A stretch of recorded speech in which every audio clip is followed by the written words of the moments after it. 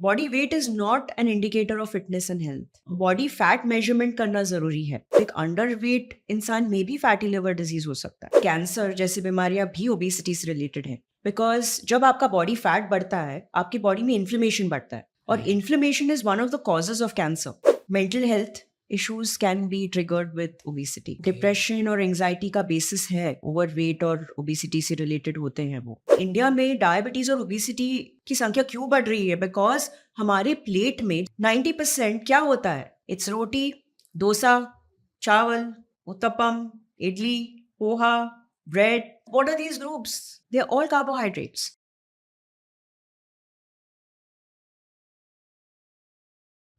घंटों खुद को आईने में निहारने के बाद आप वजन मशीन पर जाते हैं और पाते हैं कि उफ, ये कमबख्त वजन कम ही नहीं हो रहा, बढ़ता ही जा रहा है. लेकिन इस बढ़ते वजन का असर क्या सिर्फ आपके लुक्स पर होता है? शायद नहीं. आज इसी पर बात करेंगे. हाय एवरीवन, मैं हूं मनोज और आप हैं मेरी सहेली के एक और पॉडकास्ट पर.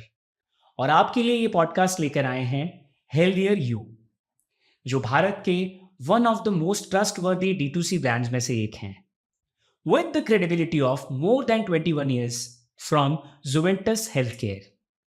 आइए बात करते हैं आज के मेहमान की. 15 सालों के वास्ट क्लिनिकल एक्सपीरियंस के साथ वो भारत के चुनिंदा रजिस्टर्ड डाइटिशियंस में से एक हैं. माइंड योर फिटनेस की फाउंडर हैं और सूर्य कुमार यादव जैसे कई और क्रिकेटर्स और इनके अलावा कई और प्रोमिनेंट पर्सनालिटीज को एडवाइस कर चुकी हैं या कर रही हैं. हमारे साथ हैं श्वेता भाटिया. वेलकम टू मेरी सहेली मैम. Thank you. ये बताइए कि मोटापा, ओबेसिटी, पहले तो लोग कह दिया करते थे कि खाते पीते घर के हैं, हंसी मजाक में इस बात को कवर करने के लिए. लेकिन ग्रेजुअली हमने देखा कि उससे उसके जो कॉन्सिक्वेंसेज है वो सामने आने लगे. तो आपको नहीं लग रहा है कि ये लगातार बढ़ रही है ये प्रॉब्लम? डेफिनेटली मनोज, अगर आप स्टेटिस्टिक्स कंपेयर करोगे over the years, definitely India में स्पेशली डायबिटीज़ और ओबेसिटी से पीड़ित लोगों की संख्या अब तो बढ़ती रही है.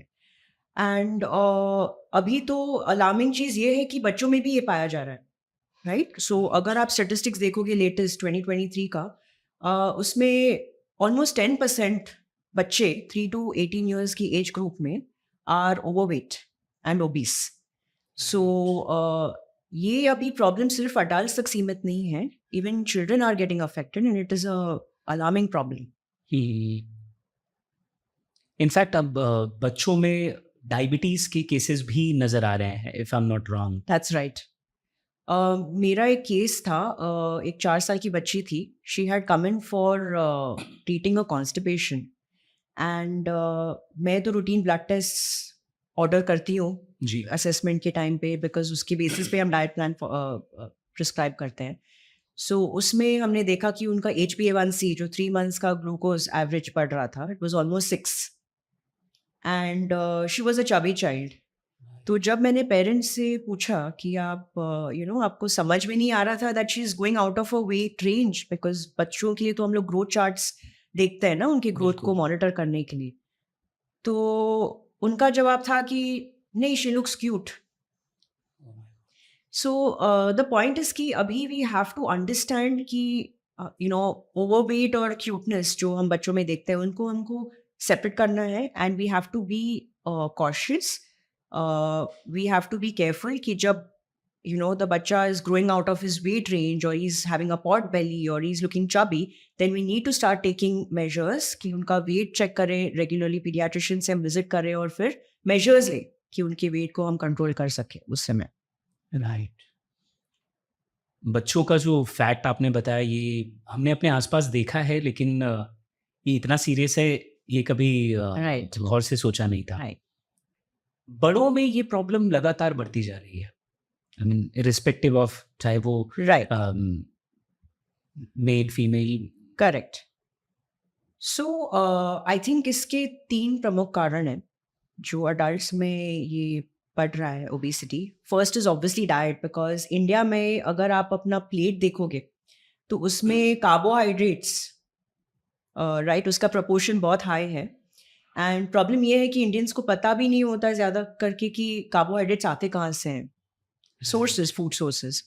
So I just want to quickly tell our audience about carbohydrates. So it comes from your cereals, जो अनाज है वहाँ से, दालों से आता है, pulses, dals, fruits, sugar, honey, jaggery, इन सब से.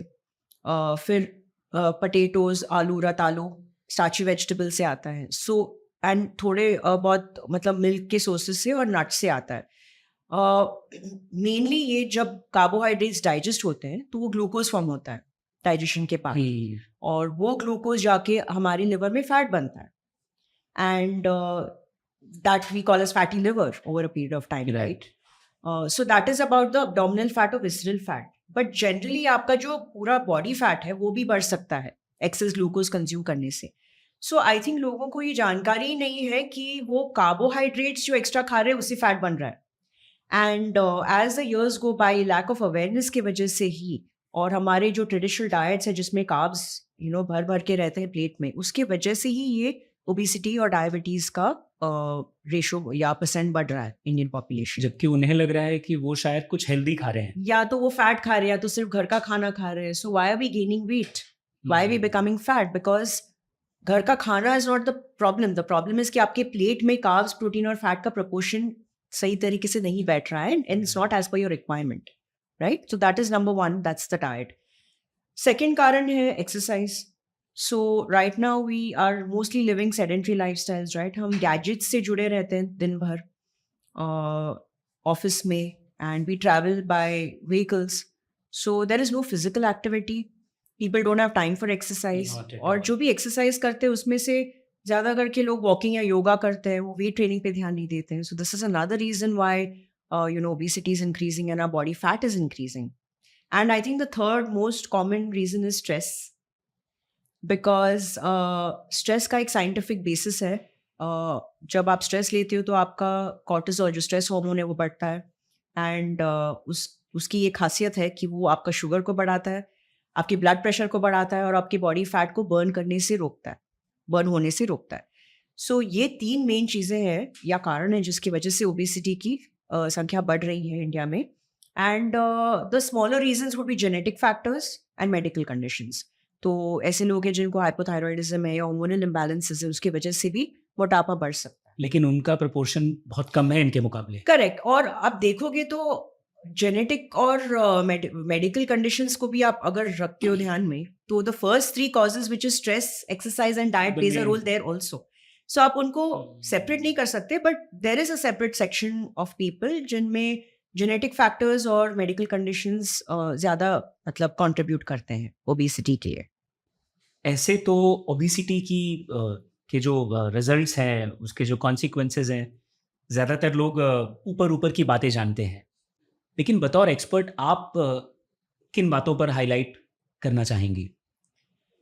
सो मनोज, जैसे आपने कहा कि मेन जो डिजीजेस हैं ओबेसिटी से रिलेटेड, राइट, वो है हाइपरटेंशन, हार्ट डिजीज और डायबिटीज. ये तीन आई थिंक ज़्यादा करके लोगों को बिल्कुल. पता है कि इट जी. Is related to being overweight.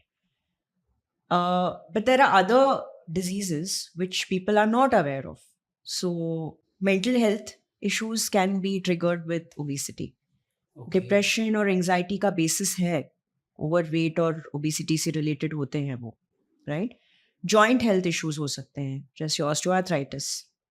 Females में फर्टिलिटी इश्यूज हो सकते हैं because of being overweight. So hormonal imbalance की वजह से फर्टिलिटी इश्यूज हो सकते हैं, और हार्मोनल इम्बैलेंस कॉज करता है extra body fat which is obesity. So these are the three lesser known things which people don't know कि ये obesity से related diseases हैं. And let me also tell you कि कैंसर जैसी बीमारियां भी obesity से related हैं, because जब आपका body fat बढ़ता है, आपकी body में inflammation बढ़ता है, और inflammation is one of the causes of cancer. So cancer का ratio या percent या health risk बढ़ता है obese people में. So obviously we need to look at these diseases also. It's just not heart disease, diabetes and blood pressure. Right. और ये सब भी कोई मामूली बीमारियां नहीं हैं. They are very serious diseases and illnesses. एक क्वेश्चन था मैम, अगर हम ओबीज पीपल की बात करते हैं तो दिमाग में जो एक इंसान का फिगर आता है, थोड़ा सा एक्स्ट्रा बेली के साथ, या निकला हुआ पेट, या थोड़ा सा कुछ ऐसा फिगर जिसे हम देख के कह देते हैं कि ये इस इंसान को मोटापे की प्रॉब्लम है। बट डू यू थिंक कुछ लोग ऐसे भी होते हैं जो ठीक ठाक दिखते हैं एज कंपेयर टू देम? ठीक ठाक से मेरा मतलब है बॉडी स्ट्रक्चर। लेकिन कई बार ऐसा होता है कि एक्सपर्ट्स उनमें भी वो प्रॉब्लम्स गिना देते हैं कि आप ओवरवेट दिखते नहीं हैं, लेकिन प्रॉब्लम्स आपको वो सारी हैं जो एक ओवरवेट। तो ये ओवरवेट दिखना और एक ओवरवेट होना, इसका फ़र्क थोड़ा अगर आप समझाएँ? Right, so this is a wonderful question Manoj. और लोगों को ये जानना बहुत ज़रूरी है, जैसे मैंने पहले भी कहा कि जब आप अपना वेट चेक करते हो स्केल पे, आपको एक नंबर दिखता है and that number is body fat, muscle mass, blood, water, bones, organs, right? Right. और आपको लगता है कि आपका वेट नॉर्मल है बिकॉज़ आप एक रेफरेंस हाइट वेट चार्ट से उसको कंपेयर कर रहे हो, एग्ज़ैक्टली। राइट? तो आपको लगता है मेरा वेट तो ठीक-ठाक है, बट वो वेट में आपका बॉडी फैट कितना है वो जानना ज़रूरी है। एंड वो डिटरमिन करता है कि आपके हेल्थ रिस्क्स बढ़ सकते हैं, कम हैं या ज़्यादा होते हैं, राइट? सो अगर मेरा बॉडी फैट बढ़ रहा है, my health risk will be high even if my body weight is normal. That means कि सिर्फ बॉडी का वेट करना काफ़ी नहीं है। That's right, body weight is not an indicator of fitness and health. Body fat measurement करना ज़रूरी है, राइट? राइट। और ज़्यादा करके ये मेजरमेंट्स होते नहीं हैं रूटीनली। घर में तो हमारे पास एक स्केल ही रहता है जिससे हम बिल्कुल। पता कर सकते हैं कि हमारा वेट बढ़ रहा है या घट रहा है। बट कोई ऐसे मतलब चीज़ें हैं जिससे हमें पता चल सकता है कि we are going out of range. Number one is आपकी ब्लड रिपोर्ट्स। आप देखोगे कि आपका ब्लड ग्लूकोज बढ़ रहा है, आपका 3 मंथ्स एवरेज HbA1c बढ़ रहा है, आपका फास्टिंग इंसुलिन बढ़ रहा है, आपका बेली प्रोट्रूड हो रहा है लेकिन आपका वेट नॉर्मल है। सोनोग्राफी में नॉर्मल वेट लोगों का फैटी लिवर भी डायग्नोज होता है ग्रेड 1, राइट। राइट? फिर कई कई बार हम देखते हैं कि हमारा वेट बढ़ रहा है, थोड़ा सा भी खाकर हमारा वेट बढ़ रहा है और उसको फिर घटाने में दिक्कत हो रही है। So these are science which are telling us कि हम एक रेंज के बाहर आ रहे हैं, इवन दो स्केल पे वो वेट नॉर्मल है हाइट वेट चार्ट के हिसाब से। सो अगर आप अपने चेकअप्स करवाते हो रेगुलरली, ब्लड टेस्ट करते हो या आप जिम जाते हो, वहाँ पे आप टेस्ट कर सकते हो जिम में, मशीन्स अगर उनके पास हैं तो। या तो आप देख रहे हो आपका बेली प्रोट्रूड हो रहा है, सो इससे आपको अलर्ट होना चाहिए and you should actually go and seek professional help rather than trying to manage on your own, right? Exactly. Because जब आप उस स्टेज पे आ जाते हो तो बॉडी में काफ़ी कोई चेंजेस हो चुके होते हैं तब तक। And it is always better to take professional guidance and get a plan that is made for you. Exclusively. Exclusively customize होता है वो, आपके ब्लड रिपोर्ट्स के हिसाब से वो बनता है। So it just makes life easy because फिर आप अपना खुद के कॉम्बिनेशंस परम्यूटेशंस नहीं कर रहे हैं इंटरनेट से कुछ लेकर आधा अधूरा इन्फॉर्मेशन ग्रैब कंफ्यूज करके। नहीं है या कुछ। हाँ, और हो सकता है कि फिर आप और डैमेज क्रिएट करोगे उससे। राइट। सो बिकॉज ये काफ़ी लेट हमें पता चलता है इन चीज़ों का। बहुत सारे लोगों को पता भी नहीं होता कि उनका शुगर बढ़ रहा है, और जब वो टेस्ट करते तो उनको ये भी नहीं पता होता कि वो कब से बढ़ा हुआ होगा, बिकॉज वो टेस्ट ही नहीं करते। वंस इन 3 years कभी कभी टेस्ट करते, तो उनको ये भी नहीं पता होता है कि कब से वो बढ़ना शुरू हुआ है।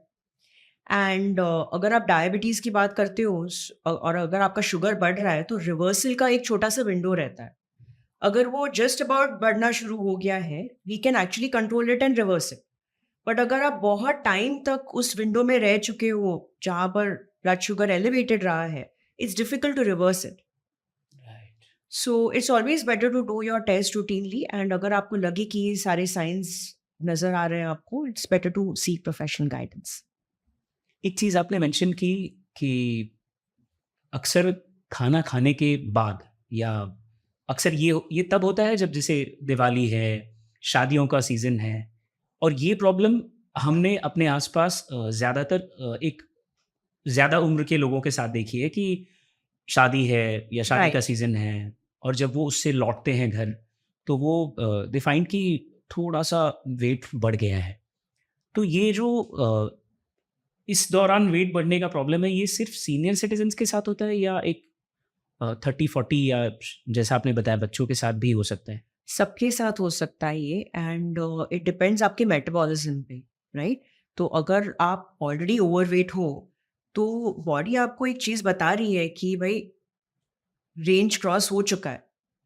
और अगर आप बॉडी फैट स्टोर कर रहे हो, तो बॉडी आपको ये बता रही है कि वो बर्न नहीं हो रहा है। तो जब बॉडी फैट बर्न ही नहीं हो रहा है, ओकेजन्स के दौरान आप जब ये एक्स्ट्रा खाना खाते हो, स्पेशली वो कार्बोहाइड्रेट बेस्ड ही होता है, मीठा ही होता है ज़्यादा करके, बिकॉज सोशल कंडीशनिंग के हिसाब से हम फूड को एक इमोशनल एंगल से देखते हैं। जैसे बिल्कुल। गणपति के टाइम पे हम मोदक के बारे में बात करेंगे, या बर्थडे के टाइम पे हम केक के बारे में बात करेंगे या एसोसिएट करते हैं उसके साथ। सो बॉडी को नहीं पता ना, आज आपका बर्थडे है और कल गणपति है। सो फॉर द बॉडी 24/7 उसका एक रिदम रहता है, और अगर आप अपनी रिक्वायरमेंट के बाहर कुछ कंज्यूम कर रहे हो, it's going to start storing it. So it's going to happen to everybody, और ये आपके मेटाबॉलिज्म पे डिपेंड करता है। एंड मेटाबॉलिज्म मतलब आपके हॉर्मोन्स और एंजाइम्स। मेटाबॉलिज्म को अगर हम सिंपल तरीके से डिफाइन करें, तो इट इज़ बेसिकली आप न्यूट्रिएंट्स को कैसे डाइजेस्ट, अब्जॉर्ब और यूटिलाइज और बर्न कर रहे हैं, राइट? और वो डिटर्मिन करता है आपके हॉर्मोन्स और एंजाइम्स, और वो एज और जेनेटिक्स के हिसाब से बदलते रहते हैं, राइट? सो अगर आपकी बॉडी ऑलरेडी फैट स्टोर कर रही है, आपको अलर्ट कर रही है कि it's not burning any more, you have to be careful, and occasions are just going to put you off track. So या तो आप एक प्रोफेशनल से गाइडेंस लो कि इन सिचुएशंस को कैसे हैंडल कर सकते हैं डाइट को मॉडिफाई करके, ताकि आप वो चीज़ें भी खा सकते हो, राइट? उसकी अलाउंस हम रख सकते हैं। या तो फिर आप you stay away from it completely, because you have no control. एक क्वेश्चन है, ये जो बॉडी अलर्ट करती है थ्रू टेस्ट्स, अगर या किसी जैसा आपने मेंशन किया ब्लड टेस्ट वगैरह करते हैं और ग्लूकोज एंड बाकी Right. चीज़ें, इन टेस्ट से पहले क्या एक आम जिंदगी में बॉडी अलर्ट करती है हमें? क्या सिग्नल्स होते हैं वो? मेनली फटीग होता है, थकान महसूस होती है आपको।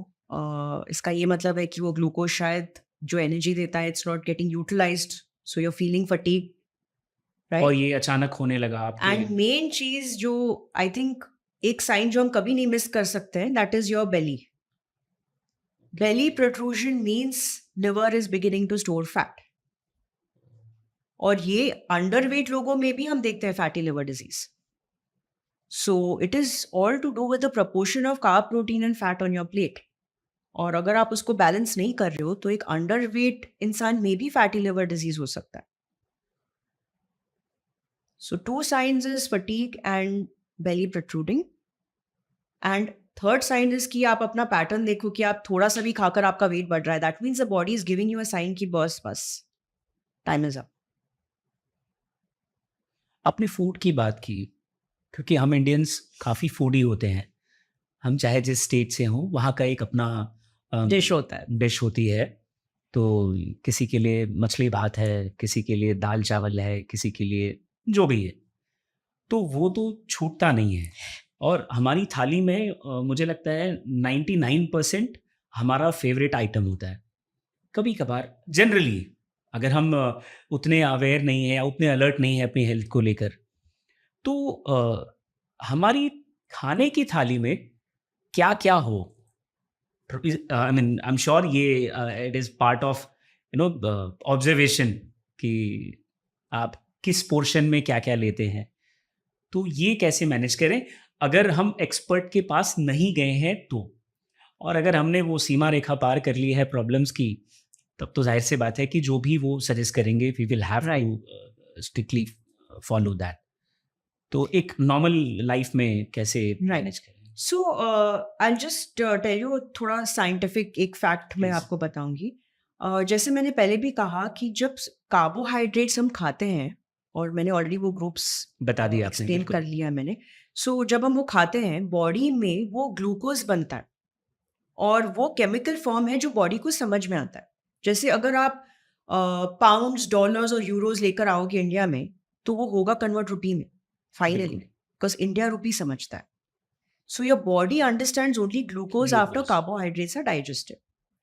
अब आप कन्याकुमारी में रहते हो या कश्मीर में रहते हो, आप जहाँ पर भी रहोगे, या न्यूयॉर्क में रहते हो, जब आप कार्ब्स खाओगे तो वो ग्लूकोज में ही कन्वर्ट होगा हर रीजन में, और वो ग्लूकोज ही आपके फैट को बढ़ा रहा है. बिल्कुल. सो it is not a regional thing, it is about metabolism, जैसे मैंने समझाया. बिकॉज वो ग्लूकोज यूज नहीं हो रहा है, it is converting to fat.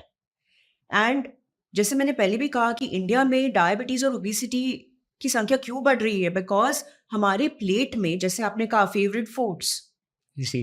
90% क्या होता है लार्ज क्वांटिटी में? इट्स रोटी, डोसा, चावल, उत्तपम, इडली, पोहा, ब्रेड, सारा कुछ पराठा, गिरा दिया आपने. खिचड़ी, राइट? बिल्कुल. So what are these groups? They are all carbohydrates. और प्रोटीन का रेशियो क्या है, प्रोटीन की मात्रा क्या है डाइट्स में हमारे? सो फर्स्ट ऑफ ऑल मैं ये क्लैरिफाई करना चाहूँगी कि प्रोटीन हम दाल से काउंट नहीं कर रहे हैं, बिकॉज दाल में कार्बोहाइड्रेट्स भी होते हैं, राइट? और दाल में सेकंड क्लास प्रोटीन्स होते हैं. सेकंड क्लास मतलब बॉडी की जो रिक्वायरमेंट है, अमीनो एसिड्स की डेली रिक्वायरमेंट है, वो दाल से पूरा नहीं हो सकता. और अगर आप दाल और चावल को कंबाइन करके उसको पूरा करने की कोशिश करोगे तो आप एक्स्ट्रा कार्बोहाइड्रेट्स भी ले रहे हो दोनों में से. सो जिनको वेट का प्रॉब्लम है या डायबिटीज का प्रॉब्लम है, if they want to control their glucose, then they have to control these foods. And it also works from a preventive measure. जैसे अगर आपका आज वेट नॉर्मल है, बट एज के हिसाब से फिर आपका वो कंट्रोल कम होते जाएगा, आपके हॉर्मोन्स वैसे काम नहीं करेंगे, आपका इंसुलिन सेंसिटिविटी कम हो जाएगा. So over a period of time अगर हम अपने ईटिंग पैटर्न्स को नहीं बदलेंगे and we keep doing what we have been doing, the body is not going to keep up. This body is ageing. So we have to change हमारा plate का proportion, and we have to reduce some amount of those carbs and introduce some proteins. So for vegetarians, protein के sources होंगी mainly dairy products. So there is a bowl of curd या पनीर के pieces, or dahi, milk. So these are a few things which vegetarians can consume. And non-vegetarians के लिए तो there is a lot of variety. There's eggs, there's meat, fish, right? So these are your protein sources. So you have to reduce थोड़ा carb और protein को हमें बढ़ाना है. And lastly, of course, fiber, because India में vegetable का consumption high है. So thankfully that is good because we can increase the amount of salad and the amount of sabzis, right, in our plate.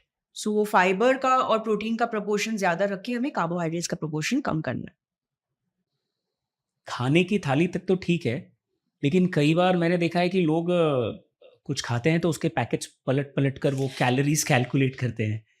तो वो concept, to be honest, अगर आप किसी weight management expert के guidance में वो कर रहे हैं तो वो समझ में आता है. लेकिन कई बार मैंने देखा है रैंडमली लोग ऐसा करते हैं कि अच्छा ये इतनी कैलोरीज का है, चलेगा. या तो वो कैलोरी मैटर करती है या जो न्यूट्रिएंट्स है उनकी क्वालिटी? तो थोड़ा सा ये फ़र्क मुझे ज़रा बता दीजिए प्लीज़. मनोज, आपको पता है कैलोरी का मतलब क्या है? What is calorie actually? हाँ, मतलब 8th स्टैंडर्ड में था चैप्टर. आम भाषा में मैं ये समझता हूँ कि हमारी बॉडी की जो एनर्जी है उसको कैलोरी से कैलकुलेट किया नहीं जाता. सो कैलोरी मतलब जब एक लेबोरेटरी सेटिंग में एक फूड को हम बर्न करते हैं उसकी एनर्जी वैल्यू जानने के लिए, तो हम वो एनर्जी को ट्रैप करते हैं और उसका एक वैल्यू देते हैं कि 1 रोटी इज 100 कैलोरीज. आपकी बॉडी क्या वो लेबोरेटरी है? नहीं, जाहिर सी बात है. एग्जैक्टली. सो वो एक जेनरिक वैल्यू है. एंड जब मैं एक रोटी खाती हूँ, it could be 50 calories for my body because I am burning it fast because मेरा मेटाबॉलिज्म हाई है. जब आप वो रोटी खाते हो, आपके लिए वो 200 कैलोरीज बन सकता है बिकॉज आपका मेटाबॉलिज्म स्लो है. ये डिफर करता है. एग्जैक्टली. आपकी बॉडी वो रोटी नहीं बर्न कर पा रही है, आपका बर्निंग कैपेसिटी कम है. वो प्रिंटेड किलो कैलोरी वाला जो कॉन्सेप्ट है, that is a lab value. और लैब और हमारी बॉडी में बहुत फर्क है. So I don't approve calorie counting at all, and calorie equations should not be used because we cannot use our body like a calculator.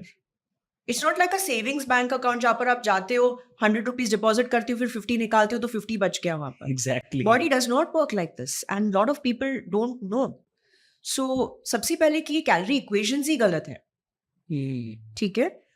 Calorie equations are used by experts like us to analyze a few things, but it should not be used by the general public because उनको metabolism की जानकारी नहीं होती. And they end up doing the wrong things. सो आपने पूछा nutrient composition या calorie counting, correct? जी। अगर मैं आपको ये बताऊं कि आपकी दिन भर का रिक्वायरमेंट 1200 कैलोरीज है एज पर द इक्वेशन, तो क्या आप 4 आइसक्रीम्स खा के आपका न्यूट्रिशन कंप्लीट कर सकते हो दिन में? बिल्कुल नहीं। So that answers the question कि वो 1200 कैलोरीज में क्या क्या आ रहे हैं, वो 1200 कैलोरीज को कंट्रीब्यूट कर रहे हैं, वो कैलोरी कॉम्पोजिशन जिसे हम कहते हैं, that is important. So 1 gram glucose या कार्बोहाइड्रेट 4 कैलोरीज देता है और प्रोटीन भी 4 कैलोरीज देता है, बट वो 2 अलग पाथवेज लेते हैं बॉडी में। The glucose can go and store as fat, protein can go and nourish your muscles. तो न्यूट्रिएंट्स भी इक्वल नहीं है, ऑल्दो उनकी कैलोरिक उनकी भी कैटेगरी है। एग्जैक्टली, और although carbs and proteins are equal in calories, but वो अलग पाथवेज लेते हैं बॉडी में। सो हम सारी कैलोरीज को इक्वल नहीं समझ सकते, and first of all body ऐसे काम करती नहीं है। तो counting calories is of no use if you are not going to pay attention to composition of calories. मतलब वो आपके प्लेट में 1200 कैलोरीज कहाँ से आ रहे हैं, वो रेशियो वो हमें matter करता है। जानना जरूरी है। और वो आपके अगर रिक्वायरमेंट्स के बाहर है और आप नॉर्मल मतलब जो कैलोरीज आपके रिक्वायरमेंट के हिसाब से खा रहे हो, लेकिन वो कॉम्पोजिशन ही गलत है, आप फिर भी फैट स्टोर करोगे। ये बिल्कुल भी पता नहीं था मुझे। एंड सीरियसली कैलोरीज की डेफिनेशन के लिए मेरे साइंस के टीचर मुझे अब ढूंढ रहे होंगे। श्वेता, हमने थाली की बात की, घर की थाली, चाहे वो दाल चावल की हो, चाहे वो फिश और राइस की हो, चाहे वो सांबर और डोसा हो। अब ये तो बहुत सालों से चला आ रहा है और वो एकदम दिल से, इमोशन से जुड़ा हुआ है। राइट आपने इसे टर्म भी बताया, इमोशनल ईटिंग। राइट तो जाने अनजाने में तो हम सब 20, 25, 30, 35 जितने भी उम्र के हम हैं, वो इमोशनल ईटिंग ही करते आ रहे हैं। तो ये इमोशनल ईटिंग को कंट्रोल करना ज़रूरी तो है, लेकिन उसका तरीका भी अब आप बता दीजिए। राइट। सो मनोज, एक कहावत है, let food be thy medicine. But क्या हम फूड को मेडिसिन की तरह लेते हैं? Food is a source of entertainment for us, true. Right? Like I said, birthday पे केक कटना चाहिए, गणेश चतुर्थी पे मोदक बनना चाहिए। So all these are associations which we are forming, and body को इसके बारे में कुछ नहीं पता, right? Because body is working on a scientific principle. So we have to separate emotions from food. ठीक है? And this is one of the reasons why we are not able to control obesity.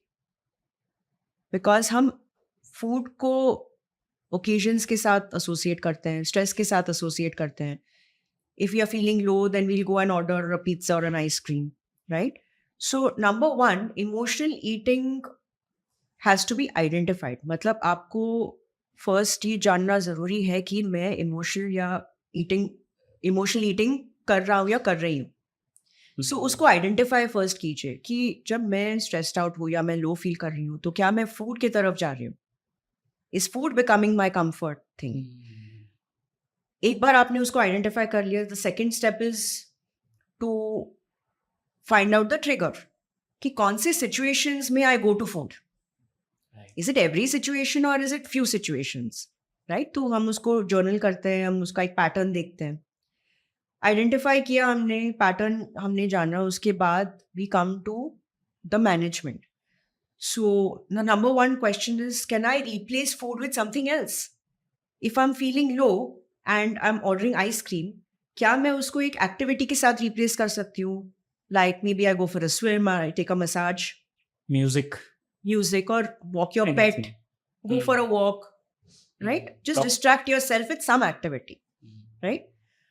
Especially where movement is involved.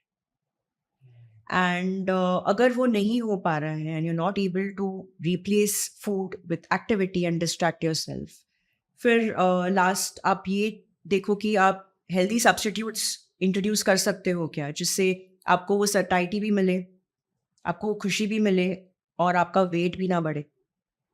So I think यहाँ पे एक professional advice काम आता है, because they will help you to pick up foods which will not damage you in those situations, right? Emotional eating का एक और aspect है मेंटल हेल्थ इश्यूज. सो अगर आप एक्चुअली क्लिनिकली डिप्रेस्ड हो या आपको एंजाइटी की इश्यूज हैं, and I am talking about medical conditions, depression and anxiety, because आजकल हम डिप्रेशन वर्ड बहुत लूजली यूज करते हैं. अरे यार मैं आज डिप्रेस्ड हूँ. That is not depression. Depression is a physical disease. वो एक ब्रेन का डिसऑर्डर है. एंड अगर आपको कोई एक मेंटल हेल्थ डिसऑर्डर है या मेंटल हेल्थ कंडीशन है, तो उसकी वजह से भी इमोशनल ईटिंग ट्रिगर हो सकते हैं. सो उन चीज़ों के लिए obviously we need professional help from a psychologist और psychiatrist if required. So it is very important to understand your pattern. उसको आप आइडेंटिफाई करो एंड फिर आप मैनेज करने की कोशिश करो. लेकिन अगर वो आपके कंट्रोल में नहीं आ रहा है, it is always better to seek guidance to manage it. चलिए, अगर पता चल भी जाए कि पैटर्न ये है, जैसे बॉस ने डांट दिया तो आई ऑर्डर एन आइसक्रीम, पता तो चल गया, लेकिन अब अपनी खाने की थाली में ये कैसे मैनेज किया जाए? क्योंकि ये हमने पैटर्न तो समझ लिया कि वो प्रॉब्लम है, बट जो डेली लाइफ में जो हम मॉर्निंग का ब्रेकफास्ट है, लंच है, डिनर है, और डिनर तो हम चावल के पहाड़ के साथ करते हैं तो ये जो प्रोपोर्शन है कि इतनी क्वांटिटी में दाल हो, इतनी क्वांटिटी में राइस हो, ये पोर्शन कैसे मैनेज किया जाए? मैं इस सवाल का जवाब एक सवाल से करना चाहती हूँ. जी, I want to ask you a question. Please. Tell me 5 foods, आपके फेवरेट फूड्स, जिस पे या आपका कंट्रोल नहीं रहता है या आप कंट्रोल लूज करते हो कंप्लीटली. पोहा, और ये हर दिन नहीं मिलता मुझे. And sewaiya, I just love any time, any आप मुझे सुबह जगा कर दे दीजिए कि लो खाओ, एंड आई फिनिश द बोल. इसके अलावा ज़्यादातर तो स्वीट्स ही हैं. दम आलू, ये आप मेरे Your इमोशंस mouth के is साथ watering. खेल रही हैं आप. मुंह में पानी. सीरियसली, ये 3-4 चीज़ें हैं, ज़्यादातर उसमें से कुछ मसालेदार हैं, कुछ स्वीट्स हैं. Right. So did you identify कि ये फूड्स कौन से ग्रुप से बिलोंग करते हैं? शायद मैंने सीरियसली सोचा नहीं, इसको मूड पर राइट. छोड़ सो दिया. ये सारे कार्बोहाइड्रेट्स को बिलोंग करते हैं. और मैं इसके बारे में फिर से रिपीट करना चाहूँगी बिकॉज ये फूड्स कार्बोहाइड्रेट्स जो होते हैं, इनका एक अडिक्टिव पोटेंशियल होता है. अडिक्टिव पोटेंशियल मतलब we tend to lose control over these foods. Brain में उनकी सिग्नलिंग ही पुअर होती है. सो अगर हमारा रिक्वायरमेंट एक रोटी है, वी कांट स्टॉप एट 1 रोटी.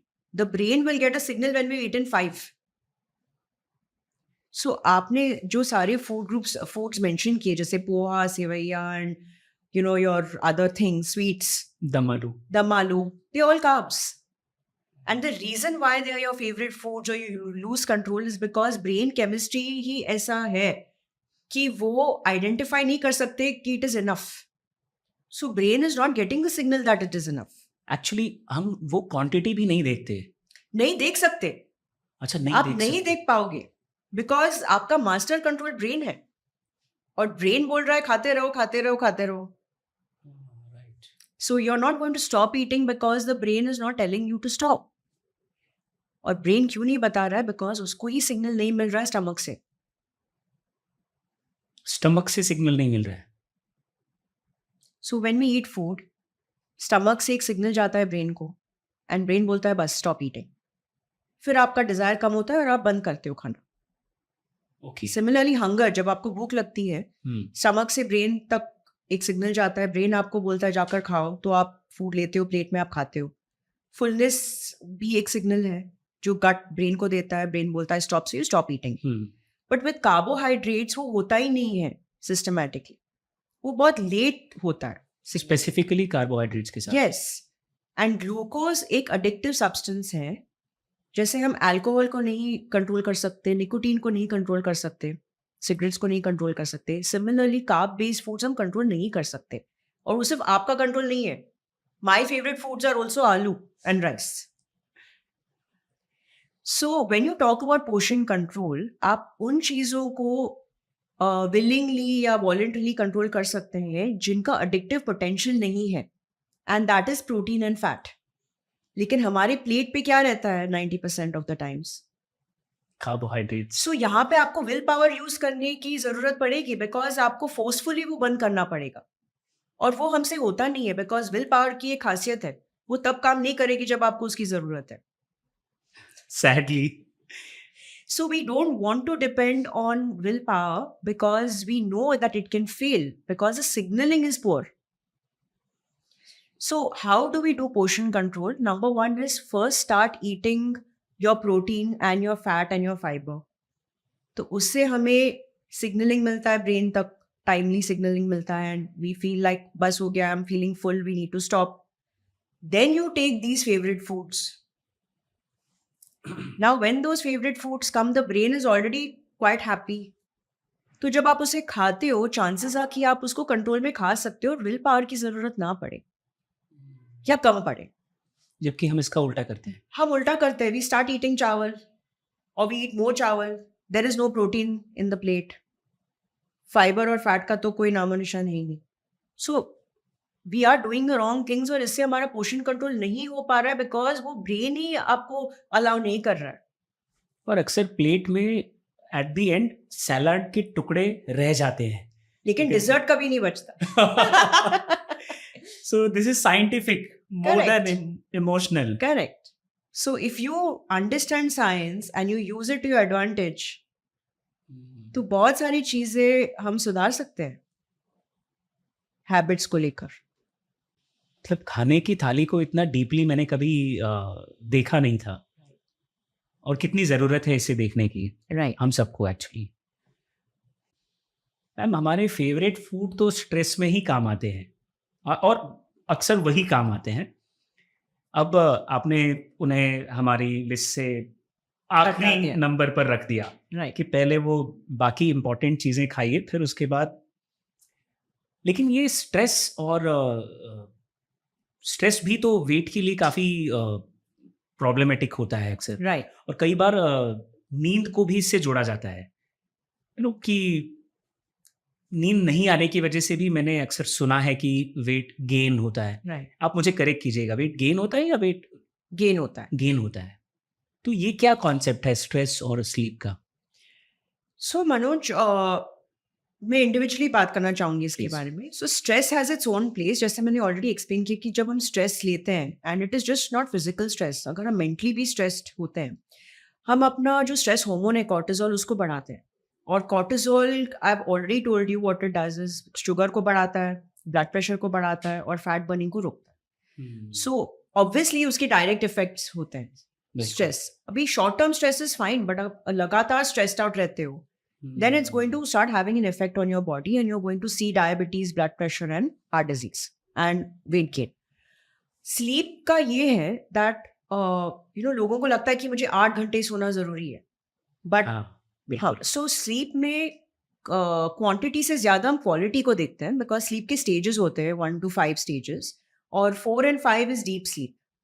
और आप अगर उन स्टेजेस से नहीं गुजरते हो stage wise, then you will not get good quality sleep even if you have slept for 8 hours.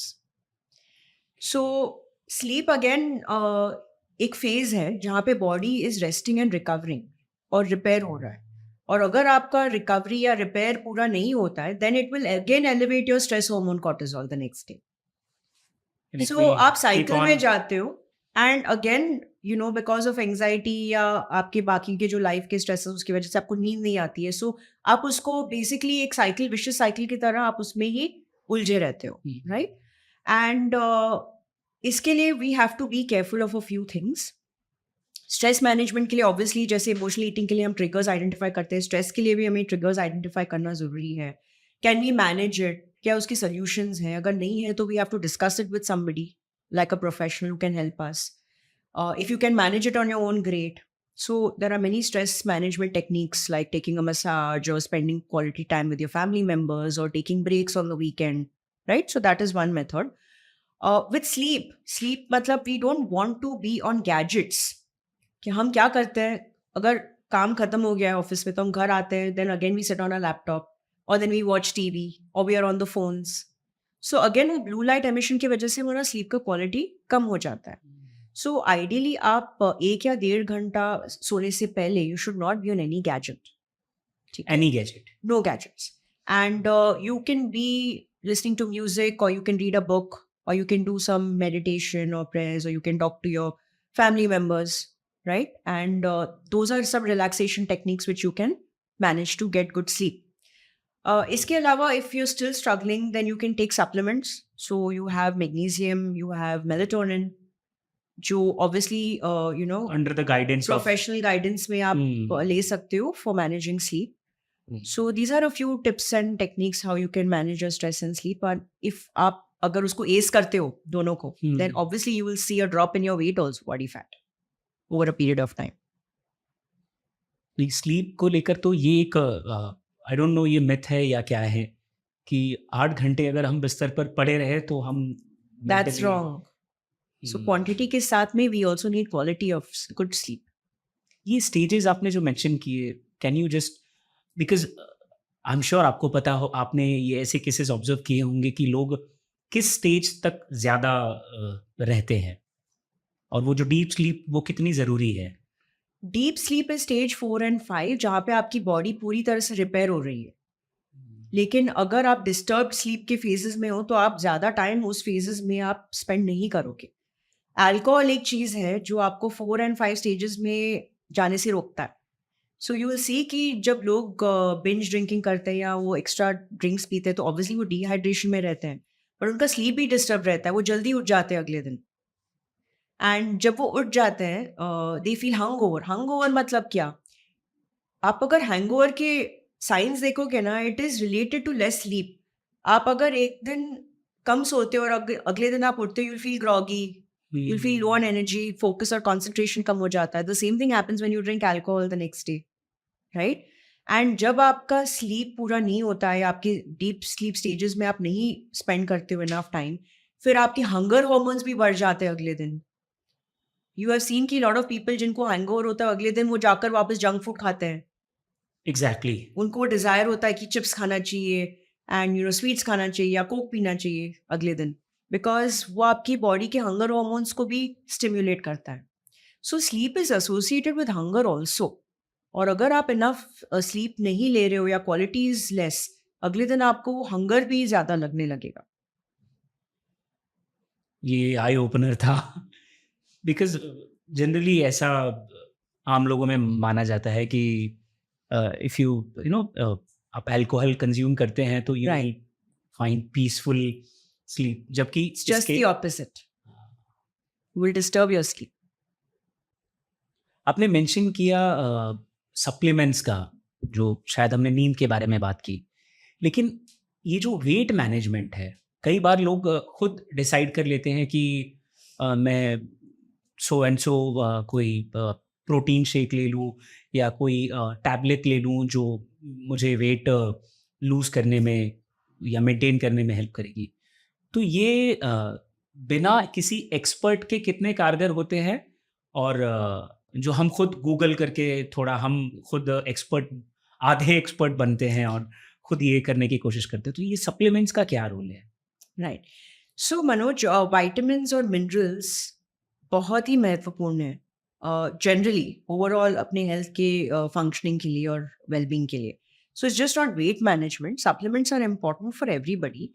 And ज़्यादा करके लोगों को ऐसे लगता है कि मुझे सब कुछ प्लेट से मिलना चाहिए, फूड से मिलना चाहिए, बट वो होता नहीं है. इट्स नॉट पॉसिबल बिकॉज हमारा सॉइल ही डेफिशिएंट है, मिट्टी में ही मिनरल्स कम है.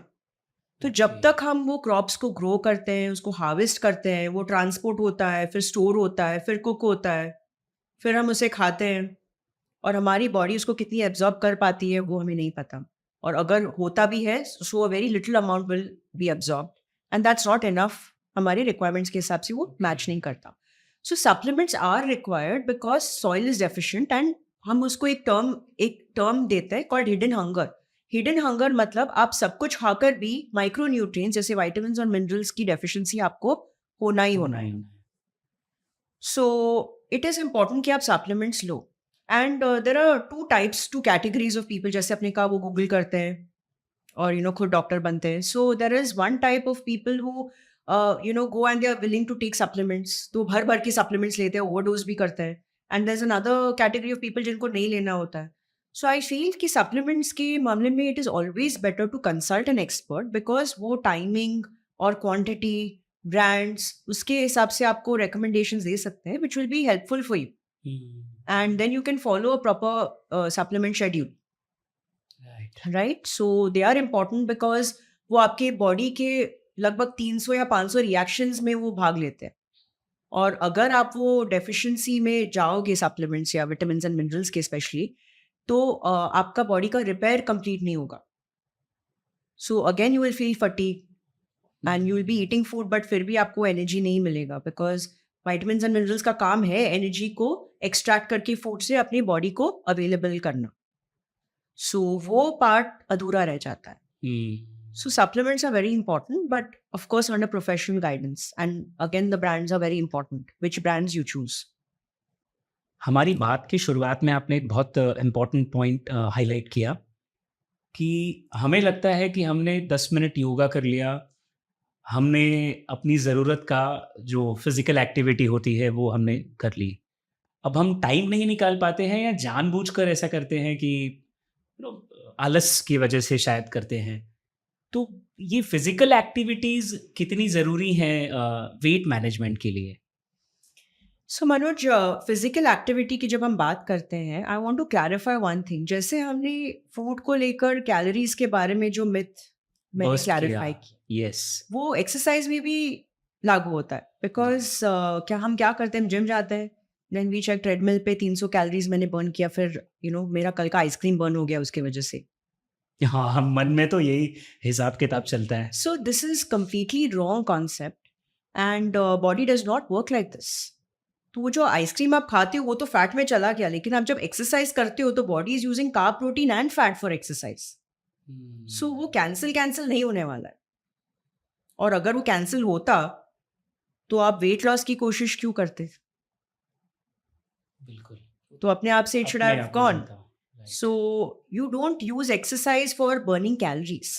वो बोनस आपको मिल रहा है. एक्सरसाइज का मेन गोल फिटनेस है. सो जब आप एक एक्सरसाइज प्रोग्राम में जाते हो या एक्सरसाइज स्टार्ट करते हो, you have to consult a professional. और जैसे डाइट के लिए हम प्रोफेशनल्स को कंसल्ट करते हैं, मेडिकल इश्यूज के लिए प्रोफेशनल्स को कंसल्ट करते हैं, वैसे ही एक्सरसाइज के लिए एक प्रिस्क्रिप्शन होता है. एंड वो आपके रिक्वायरमेंट्स के हिसाब से, आपके गोल्स के हिसाब से बनता है. And it is going to have a component of weight training which is important for your muscle mass. It will have cardiovascular exercises जैसे jogging, walking, running, swimming for your cardiovascular health. Which cardiovascular मतलब heart, blood vessels और lungs, right? और फिर flexibility है, जो हम योगा जैसे चीज़ें करते हैं उसके लिए stretching करते हैं. So exercise program has to have all the components for your fitness. और जब हम एक्सरसाइज करते हैं तो कैलोरीज बर्न होता है, वो बोनस है. बट एक्सरसाइज करने से 2 चीज़ें होती हैं which will help you in your weight loss.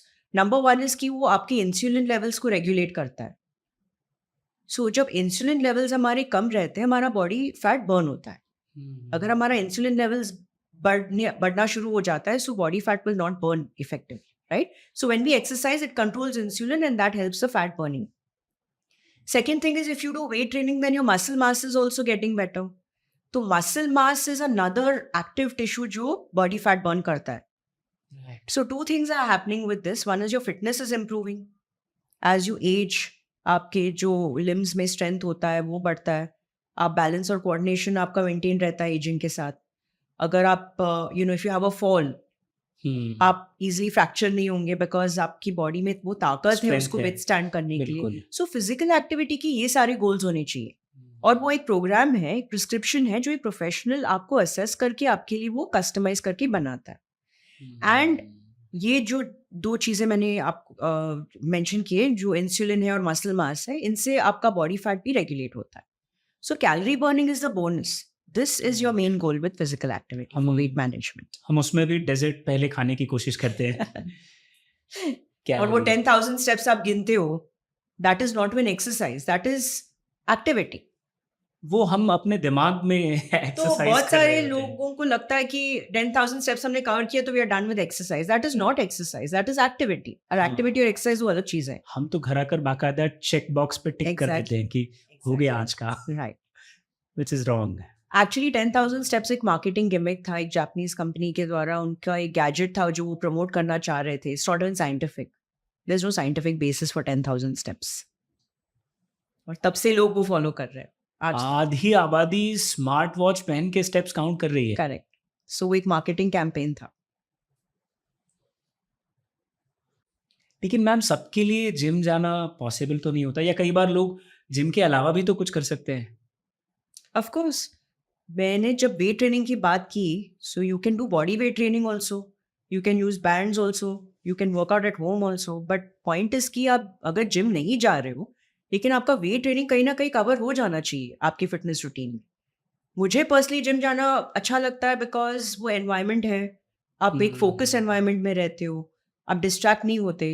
And मैं प्रोग्रेसिव ट्रेनिंग करती हूँ, सो ऑब्वियसली मेरे जब वेट्स बढ़ते हैं, I can't set up a gym at home. तो मैं कितने वेट्स खरीद के लाऊं घर पे. और हमारे ऐसे बहुत सारे क्लाइंट्स हैं जो वर्कआउट शुरू करते हैं घर पे, बट आफ्टर सम टाइम उनका प्रोग्रेशन होता है, they like to go to the gym because वो भी खरीद नहीं सकते. बिल्कुल सी हमारे घरों में कितनी जगह होती है, जाहिर सी एक बात है। पूरा एक कॉर्नर हम नहीं दे सकते इक्विपमेंट्स को रखने के लिए. ऑफ कोर्स जिनके घर में भी जिम्स होते हैं वो तो ट्रेन कर सकते हैं, बट जिम के अलावा there are other options. But my main thing is कि आप वेट ट्रेनिंग को नजरअंदाज नहीं कर सकते. You have to include that in your fitness regime, either with body weight or with bands or with other things. Ma'am एक तो हो गया आम लोगों का वेट मैनेजमेंट, फिर आता है एथलीट्स का वेट मैनेजमेंट. एंड सिंस आप इतने सारे एथलीट्स की डाइटिशियन रह चुकी हैं, स्पेशली सूर्य कुमार यादव, उनका ट्रांसफॉर्मेशन हमने देखा है, वो कमाल था. Right. और अभी अगर अब हम उन्हें देखते हैं तो वो जो वो जो रिजल्ट है, वो जो ट्रांसफॉर्मेशन है, इसके बारे में ज़रा बताइए कि क्यों उन्हें भी वेट मैनेजमेंट की ज़रूरत है. So मनोज, ये एक मिथ है जो लोगों को लगता है कि एथलीट्स तो इतना रिगरस ट्रेनिंग करते हैं, so why do they need weight management और उनका वेट कैसे पुट ऑन होता है. पॉइंट इज कि एज एक फैक्टर है, और 25 के बाद तो मेल या female it doesn't matter, everybody is going to age, even athletes are going to age. और एज एक नॉन मॉडिफाइबल फैक्टर हम कहते हैं, राइट, बिकॉज हम उसको रोक नहीं सकते. सो उसका काउंटर क्या है? हम अपने आप को फिट बना सकते हैं ताकि वो एजिंग की जो इफेक्ट्स हैं या जो फिटनेस में जो रिडक्शन होता है एज की वजह से, हम उसको काउंटर कर सकते हैं to a certain extent. Athlete की जर्नी में भी और लाइफ में भी बहुत सारे ऐसे पड़ाव आते हैं जहाँ पे उनका वेट बढ़ सकता है, राइट, बिकॉज कई कई एथलीट्स वही डाइट फॉलो करते हैं जो उनके एडोलेसेंट या टीनेज ईयर्स में कर रहे थे, बिकॉज उनको कॉन्सेप्ट नहीं समझ में आया या उन्होंने किसी को कंसल्ट नहीं किया होगा. या तो वो इंजरी से गुजरते हैं जहाँ पे उनकी एक्टिविटी कम हो जाती है, फिर वो कुछ भी खा लेते हैं, वेट पुट ऑन करते हैं. So there are times in an athlete's life also जहाँ पे उनका वेट मैनेजमेंट ज़रूरी है. And with respect to Surya Kumar, he has been on the plan with me for 3 years now, and I have seen many phases. Of course, unka to dedication is unbeatable. He's very, very focused, and एक mutual trust हमने build किया है, एक rapport build किया है, in which he doesn't question me too much, okay, because he has that faith that what I'm going to tell him is going to be scientific, and he follows it, and the results are for everybody to see. And it's amazing. Right. So, in terms of weight management, of course, because we are humans, we are going to have periods जहाँ पे हमारा weight बढ़ेगा, घटेगा. But for an athlete, they can't afford this because performance affect नहीं होना चाहिए. बिल्कुल. And as you cross the age of 25, it is even more important that you maintain your fitness. So yes, even athletes require guidance with their diet from time to time. चलिए आप वो 3 mistakes बता दीजिए जो आम लोग करते हैं अपना वेट लॉस मैनेजमेंट करते वक्त. नंबर 1, कैलोरी काउंटिंग करते हैं, फूड और एक्सरसाइज कैलोरीज लगातार काउंट करते रहते हैं. नंबर 2, वेट ट्रेनिंग नहीं करते. एंड नंबर 3, प्रोटीन कम खाते हैं और सप्लीमेंट्स नहीं लेते, जैसे वाइटामिन्स एंड मिनरल्स जो एसेंशियल है बॉडी के लिए, स्पेशली ओमेगा 3.